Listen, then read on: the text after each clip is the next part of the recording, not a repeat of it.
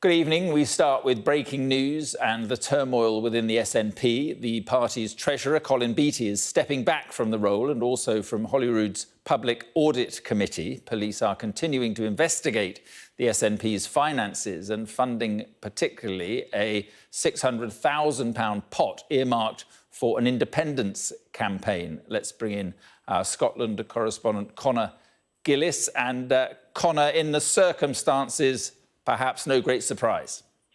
No great surprise given this live police investigation, given the fact that Colin Beattie was detained by those detectives, spent hours facing questions from those very police officers yesterday around the funding, the financing of the SNP. This is a man who has been at the helm as treasurer for a considerable period of time. Not a high-profile political figure with the public, but certainly a senior, high-ranking official within the SNP party. Colin Beattie was the treasurer of the SNP for a period of 16 years, up until 2020. Then, for a moment or two, was not re-elected and then subsequently returned to that role, which he has been in until the last couple of minutes. Let me just read you the statement from Colin Beattie.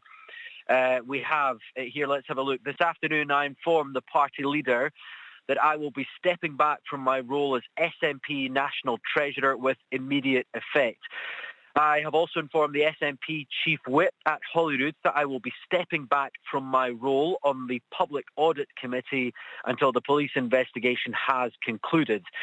He continues, on a personal level, this decision has not been easy, but it is the right decision to avoid further distraction to the important work being led by Humza Yousaf to improve the SNP's governance and transparency. And Colin Beattie concludes, I will continue to cooperate fully with Police Scotland inquiries, and it would be inappropriate for me to comment any further on a live case. Now, this leaves the new First Minister of Scotland, the new SNP leader, Humza Yousaf, in an incredibly tricky position because the party is now without a permanent chief executive following the resignation of Peter Murrell, the former First Minister of Scotland, Nicola Sturgeon's husband, and now it leaves no one in charge of the SNP's finances at a time that those very finances are under extreme scrutiny from Police Scotland.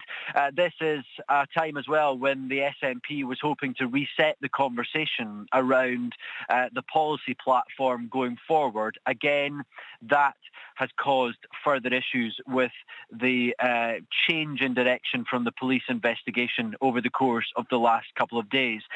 Earlier today as well, I interviewed the Deputy First Minister of Scotland, Shauna Roberson. She was at a government event, again, trying to change the conversation, and the conversation clearly turned back to the state of the SNP and the scandal engulfing it at the moment, a party that is paralysed. Let's get a flavour of exactly what Shauna Roberson told me just a few hours ago. The party has to get its house in order. That's what the public would expect. The public would also expect us, though, as a government, to tackle the issues of importance to them, not least the cost of living crisis. And of course, that's what the policy perspectives yesterday was focused upon. Your admission there that the party needs to get its house in order seems to suggest that under Nicola Sturgeon, your friend and close colleague, things were not quite right.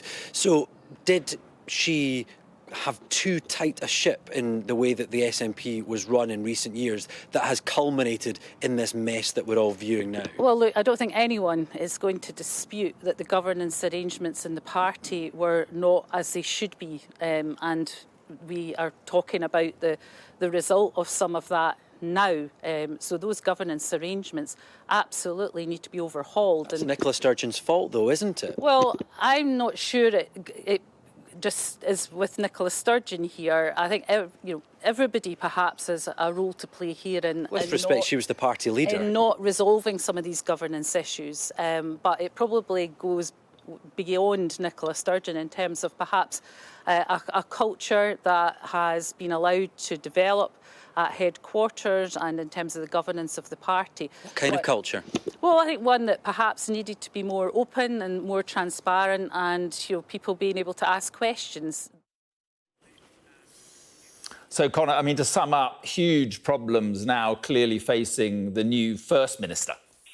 I think that's fair, Mark. The former leadership contender for the SNP top job, Kate Forbes, saying that the SNP will be in deep trouble if decisive action is not taken. We've got that admission from another senior ranking member of the SNP. We just heard from her, Shauna Roberson, there, saying that the party needs to get its own house in order. And clearly this is a party that has had transparency issues, what appears to be over the course of the last couple of years, accusations that anyone who raised concerns, anyone who questioned the leadership of the party was very quickly sidelined.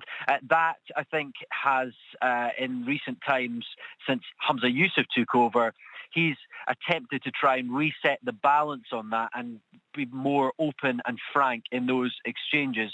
But the reality is he has got a headache on his hands as he now has to tackle filling the post of the most senior role in the SNP, the chief executive, and now someone to replace the treasurer role at a time when those very finances are under the investigation of police.